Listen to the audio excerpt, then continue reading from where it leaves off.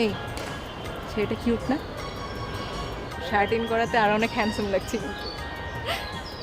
শোন, আমাদের কলেজের পিয়নও তো শার্ট ইন করে আসে, তুই কি এখন তাকেও হ্যান্ডসাম বলবি?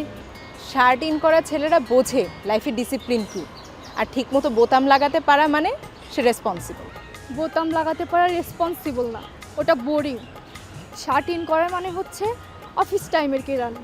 শার্ট ইন করা ছেলেরা লুজ, অলস, ওয়াশিং পাউডার ফিনিশ। শোন, শার্ট ইন করা মানে হচ্ছে দম বন্ধ করা জামা নিচে নিজের পার্সোনালিটিকে দাফন দেওয়া।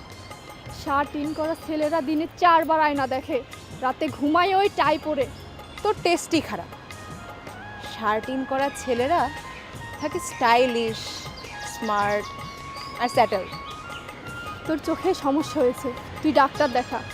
শার্ট ইন ছাড়া মানে হচ্ছে সোয়াগ, অ্যাটিটিউড, রিয়েলিটি চেক। তুই চুপ কর। তোর সঙ্গে আমি এই ব্যাপারে আর একটা কথা বলতে চাই না, তুই যা। তুই একটা ফ্যাশন ফসিল। তুই হচ্ছিস একটা ওয়াকিং, হ্যাঁ তুই একটা ওয়াকিং।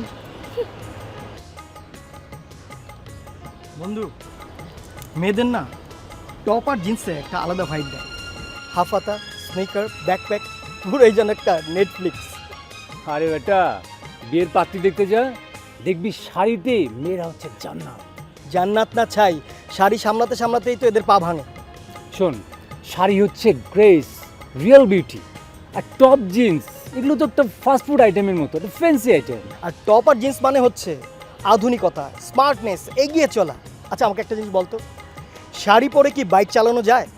এ বেটা, শাড়ি পরে কেন বাইক চালাতে হবে? হ্যাঁ শোন, একবার ভেবে দেখ যে নারী শাড়িতে রিক্সায় করে যাচ্ছে স্লো মোশনে, ও বাতাসে নারীর শাড়ির আঁচল উঠছে, চুলগুলো উঠছে, ও মাইন্ড ব্লোয়িং। তুই না পুরোনো দিনের একটা দাগি কয়াদি। আর তুই তুই হচ্ছিস একটা অসুস্থ মানুষ। এই নিজের শেকড়কে ভুলে যায় এভাবে? শোন, টপ আর জিন্স মানে কি জানিস?